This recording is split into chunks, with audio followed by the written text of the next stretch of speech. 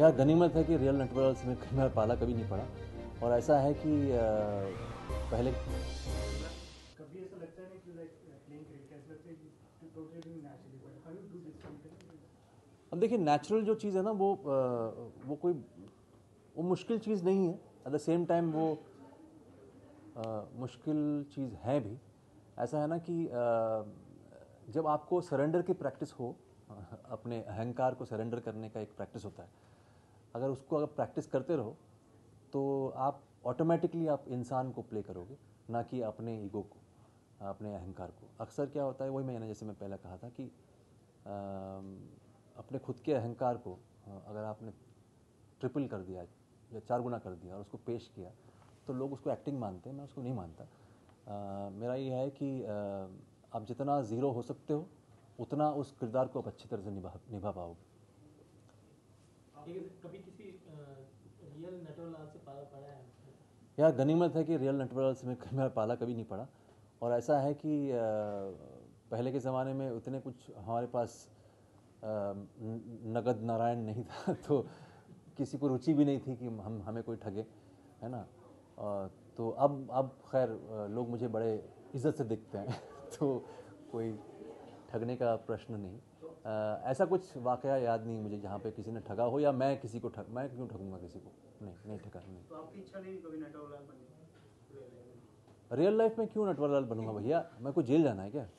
मैं तो बस ठीक ठाक हूँ। मैं ऐसे कुछ ऐसी कोई गलत फहमी नहीं रखता हूँ अपने बारे में। इमरान और परेश के किरदार को किस तरह से डिफाइन करना चाहिए? इमरान और परेश का जो है, देखिए परेश जी इस फिल्म में नटवरलाल के गुरु हैं, तो आप समझ सकते हैं क्या है ना।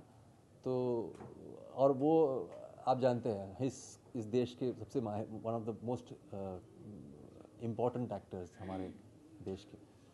तो उन्होंने बहुत ही एक ह्यूमरस लेवल पे उसको एट द सेम टाइम संजीदगी भी है, अच्छे से निभाया है। और इमरान जो है बहुत ही कूल आदमी है। मतलब वो टेंशन नहीं लेता है और बहुत ही प्रिपेयर्ड हो के आता है सेट पे। सारे सीन्स प्रिपेयर करके आया था और बहुत ही प्रोफेशनल तरीके से वो काम करता है। तो जो भी उसने साथ में हमने सीन्स किए हैं, मुझे बड़ा अच्छा लगा। मुझे लगा कि यार एक बंदा है जो बहुत ही शिद्दत से काम कर रहा है और उसका नतीजा निकलना है। तो ऐसे ही नहीं बना है वो इमरान हाशमी। इसके पीछे बहुत सारा मेहनत और बहुत सारी सिंसियरिटी की ज़रूरत पड़ती है। तीनों में सबसे बड़ा शातिर कौन है आपके हिसाब से? देखो फिल्म में ऐसा है ना कि एक सबसे बड़ा शातिर को मात देने की कोशिश है, तो जाहिर सी बात है कि हम हैं। Somewhere down the film is being compared with Jannat before the cricketing bat and all. You are playing one of the biggest begin. So do you feel the plot is the same or the नहीं plot वो कोई किसी और film से same. देखिए plot आपको कितने plots तो नॉर्मली सेम होते ही हैं। आपको कहने का नज़रिया अलग होता है ना। कहानियाँ कितनी होती है, एक कल्लू टू कालिया वाली कहानी होती है जहाँ पे पहले आप कल्लू होते हो बाद में आप कालिया बन जाते हो। इसको है ना, तो आप ज़ीरो टू हीरो बोलिए या कल्लू टू कालिया बोलिए। ऐसा हर फिल्म में वही होता है, चाहे वो अंग्रेज़ी हो यहाँ का। कुछ होता है कि प्यार वाली फिल्में होती है। तो ऐसे कुछ चंद 10-15 कॉन्सेप्ट्स हैं, उसी पे फिल्में बनती हैं। आपका कहने का अंदाज़ अलग अलग होता है हर डायरेक्टर का, उससे कहानियाँ अलग अलग लगती हैं। तो उसी प्रकार से इसका कोई मतलब किसी और फिल्म से उस प्रकार से लेना देना नहीं है। इतना ही है कि उसका कहने का अंदाज़ अलग है कम्प्लीटली, तो इसलिए अलग फिल्म है। back to back your films are going to release and then Nepal and then the Heather. So which one is the more importance for you or whom do you feel that people are? दो again मैं ये कह रहा हूँ कि नटवरलाल हैं पहले, फिर हैदर है, फिर उसके साथ चक्के हैं, मनोज के साथ मैं काम कर रहा हूँ, मनोज और मैं, और फिर बॉम्बे वेलवेट। अब ये चारों के चारों फिल्में जो हैं ये अलग अलग कॉन्टेक्स्ट वाली फिल्में हैं। अलग अलग इसका जो संदर्भ है वो अलग अलग है।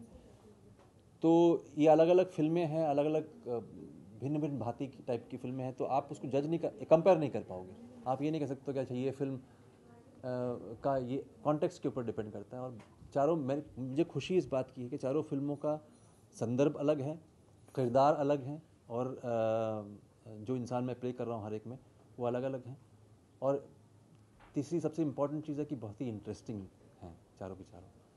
तो इस बार जैकपॉट लग गया भैया, 4 निकल रहे हैं, तो देख लीजिएगा, मज़ा आएगा। But कहीं ना कहीं you liking negative shades nowadays a lot.